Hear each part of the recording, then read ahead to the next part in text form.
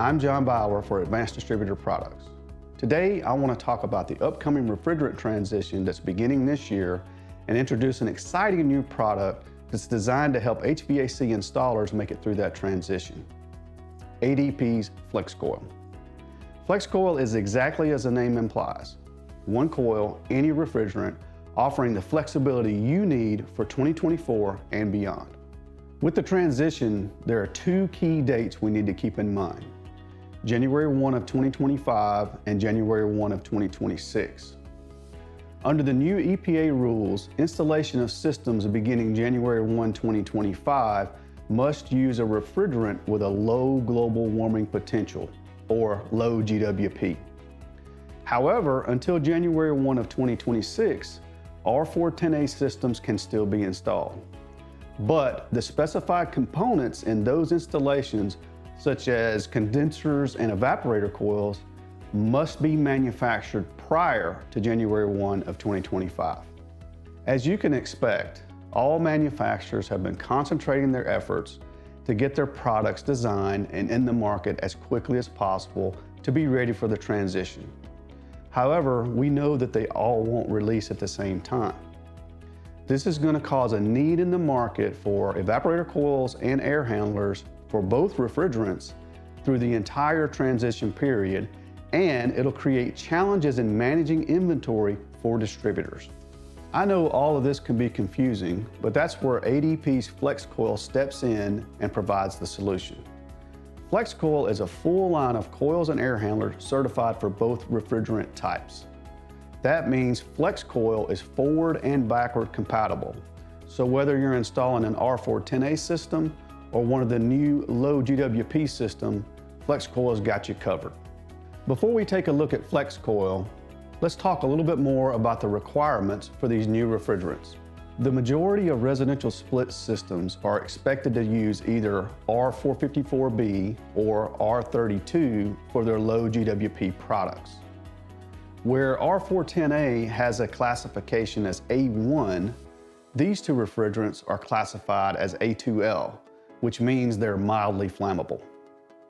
Because of that, under the new safety standard, most systems using an A2L refrigerant will be required to have a refrigerant detection system, or RDS, installed. An RDS is comprised of a leak detection sensor and controls so that when refrigerant is detected, it will turn off the outdoor unit and turn on the indoor blower to reduce the concentration of refrigerant. Once the concentration of refrigerant drops low enough, it will allow the system to return to normal operation. Now let me show you how easy it is to configure ADP's FlexCoil for one of these refrigerants, including installing the RDS.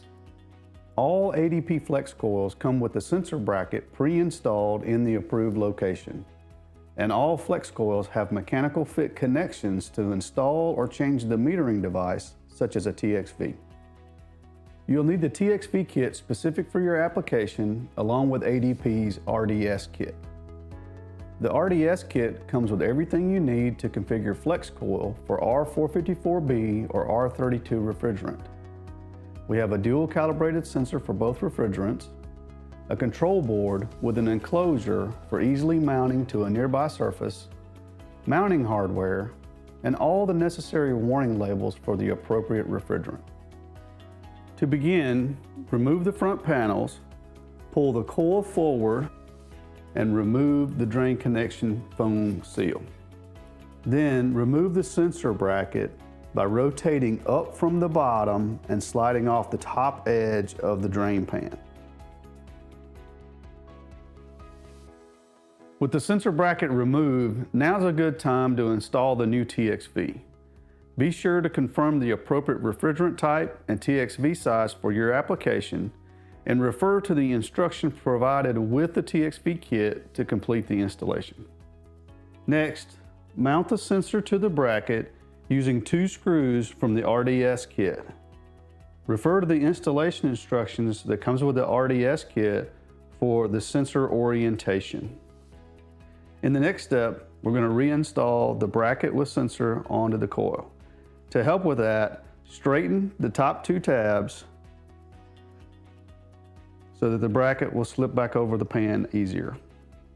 Once we get the bracket back onto the coil, in order to lock it into place, we will bend the top two tabs back over the top of the drain pan, and then we'll bend the bottom tab underneath the bottom of the drain pan to make sure that the bracket and sensor are secure on the coil.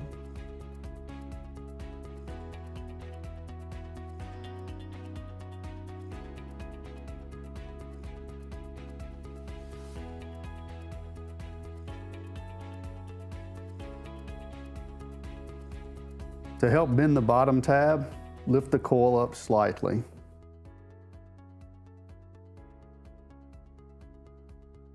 Place the foam seal back over the drain connections and slide the coil back into the cabinet.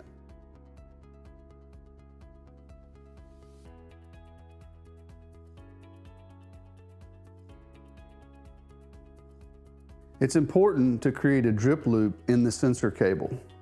Refer to the installation instructions provided with the RDS kit for proper sensor cable mounting and routing.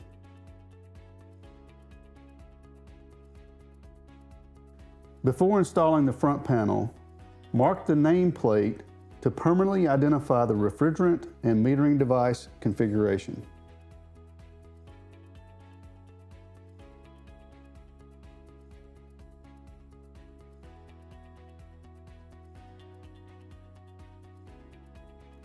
Locate the sensor cable knockout on the front panel and remove it.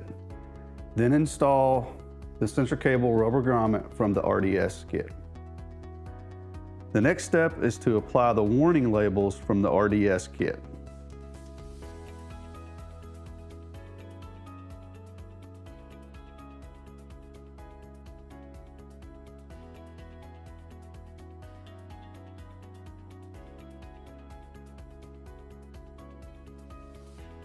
And now our FlexCoil is configured for a low GWP installation. We've changed the metering device, we've installed the leak detection sensor, we've added the required safety warning labels, and we permanently marked the nameplate with the refrigerant configuration. Next steps, we'll install onto the furnace and wire in the controller to complete the installation. Next in the process, you'll mount the evaporator coil on the furnace or the indoor blower unit and wire the RDS controller. Here's what that'll look like. Our sensor has an 80-inch cable giving you multiple options to mount the controller. Refer to the RDS installation manual for suitable locations. For this demonstration, we've simulated a wall close to the unit. The sensor cable has a molded plastic connector that easily plugs into the controller, and the controller has ports for 2 sensors. The vast majority of installations will only require 1 leak detection sensor. However, there may be a few uncommon instances where 2 sensors are required. Refer to the RDS installation manual for specific information regarding the appropriate sensor ports and dip switch settings for your installation. Our controller operates from 24-volt input and has large screw terminals, making it easy to install while providing the options you need to handle any installation. Single stage, 2-stage, AC or heat pump, the controller works for all and more. The thermostat is connected to the left side of the board, noted by the black terminals. On this same side, we see the outputs to the outdoor unit. The blue terminals on the right side of the board is where we see the outputs to the indoor furnace or the indoor blower unit. Additionally, the board has an LED to signal the state of the controller. It has a test and reset button to test certain functions, and it has dry contacts for zoning as well as an alarm output. The thermostat input signals pass through the controller to the outdoor and indoor unit while in normal operation. So what happens if there's a leak? The RDS installation manual will give you a lot more detail on modes of operation, LED flash codes, and other functions, but just to give you a basic understanding, when the sensor detects a leak, the controller begins the mitigation process and cuts the signal to the outdoor unit, At the same time, it turns on the fan terminals for the indoor unit. Once the refrigerant concentration drops low enough, the controller will allow the system to go back into normal operation. That's all there is to it. It's similar to wiring in other safety features in an HVAC system, such as a float switch. For this demonstration, we've shown you how to configure an upflow furnace coil. But please note, FlexCoil is available on all evaporator coils and air handler product lines from ADP. I hope that answers all your questions about FlexCoil and how it will help you with the low GWP refrigerant transition. But if you have more questions or simply want more information about FlexCoil or any other ADP products, visit our website at adpnow.com or contact our tech support at adp.techsupport@adpnow.com, or you can reach out to us on social media.